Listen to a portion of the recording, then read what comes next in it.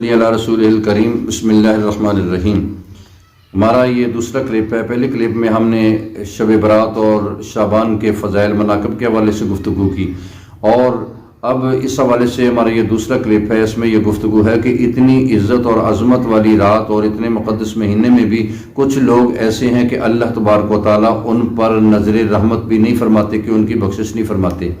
یعنی اللہ تبارک و تعالیٰ بنو کلب کی بکریوں کے جسموں پر جتنے بال ہیں اتنے لوگوں کو اللہ رب العزت جہنم سے آزاد فرما دیتے ہیں، اور اللہ تعالیٰ کی رحمت آوازیں دیتی ہے کہ آؤ میرا دربار کھلا ہے، مانگنے والو آؤ میں تمہیں عطا کرتا ہوں۔ لیکن اس کے باوجود کچھ ایسے ہیں کہ اگر وہ مانگیں بھی تو اللہ تعالیٰ ان کو عطا نہیں فرماتے۔ وہ کون بدبخت ہیں کہ اتنی رحمت والی رات وہ ان کے مانگنے پر بھی اللہ تعالیٰ نہیں دیتے، دوسری ساری مخلوق کو اللہ کہتے ہیں مانگو میں عطا کرتا ہوں، ان کے مانگنے پر بھی اللہ تعالیٰ نہیں کرتے۔ وہ کون بدبخت ہیں؟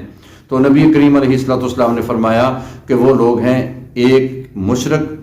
والدین کا نافرمان، اور دل میں کینہ بغض رکھنے والا، رشتہ داری توڑنے والا، اور ہمیشہ شراب پینے والا، اور ٹخنا جو ہے اس کو چھپا کر پجامہ شلوار یا تہمد وغیرہ باندھنے والا۔ تو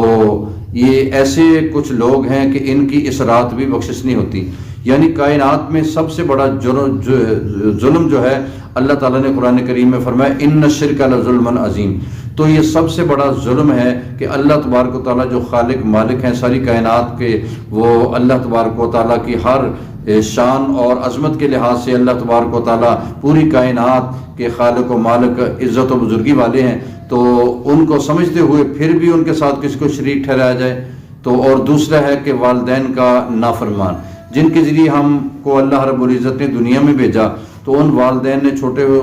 ہمارے چھوٹے ہوتے ہوئے پرورش کر کے ہمیں بڑا جوان کیا، اور آج وہ بوڑھے ہو چکے ہیں تو ہم ان کی وہ خدمت نہیں کرتے۔ اگر ان کی خدمت نہ کریں گے، ان کو ایسے حالات میں چھوڑیں گے کہ وہ بیماری یا پریشانی کے عالم میں زندگی گزار رہے ہوں، تو رات بے شک ساری رات جاگتے رہیں، اللہ تعالیٰ اس رات بھی اس کی معافی، اللہ تعالیٰ اس کو معاف نہیں کریں گے۔ تو شرک سے بھی توبہ کرنی چاہیے، اور والدین کے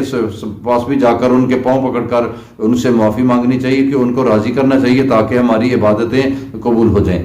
تو جو کینہ اور بغض رکھنے والا، اس کے متعلق نبی کریم علیہ السلام نے فرمایا کہ 3 دن تک اجازت ہے کہ کسی مسلمان کے بارے میں اگر آخر انسان ہے غصہ آتا ہے، 3 دن تک غصہ رکھ سکتا ہے، 3 دن سے زیادہ غصہ رکھنے کی اجازت نہیں ہے۔ جو 3 دن سے زیادہ غصہ رکھتا ہے اور وہ شب برات میں بھی اللہ تعالیٰ کی بارگاہ میں رو کر بھی گڑگڑاتا ہے، تو اللہ تعالیٰ اس کو معاف نہیں کرتے جب تک وہ بغض سے پاک نہیں ہوتا۔ اور چوتھی بات ہے کہ جو رشتہ داری توڑتا ہے، تو نبی کریم علیہ السلام نے فرمایا جو رشتہ داری توڑتا ہے اس کے ساتھ بھی رشتہ داری جوڑنی چاہیے۔ جو رشتہ داری جوڑتا ہے، اللہ تعالیٰ اس کے اعمال میں بھی، اس کی زندگی میں بھی برکت فرماتے ہیں، اور اس کی روزی میں بھی برکت فرماتے ہیں۔ اگر ایسا معاملہ ہے تو رشتہ داروں سے تعلقات قائم کر کے تو ان کو خوش کرنا چاہیے، ان کے ساتھ ملنا چاہیے، تاکہ اللہ تبارک و تعالیٰ ہماری شب برات میں بخشش فرما سکیں۔ اور اسی طرح دائم الخمر ہے، یعنی ہمیشہ شراب پینے والا، شراب کا عادی جو ہے، اس کی بھی اللہ تبارک و تعالیٰ مغفرت نہیں فرمائیں گے، اس سے بھی توبہ کرنی چاہیے۔ اور 5واں جو ہے وہ شلوار قمیض وغیرہ، وہ ٹکنا ایسی پہنتا ہے کہ ٹکنا چھپا کر رکھے، تو اس کی بھی توبہ کرنی چاہیے، اور اس سے اس گناہ سے اللہ تبارک و تعالیٰ کی بارگاہ میں معافی مانگنی چاہیے، اللہ تبارک و تعالیٰ کی بارگاہ میں معافی مانگنی چاہیے،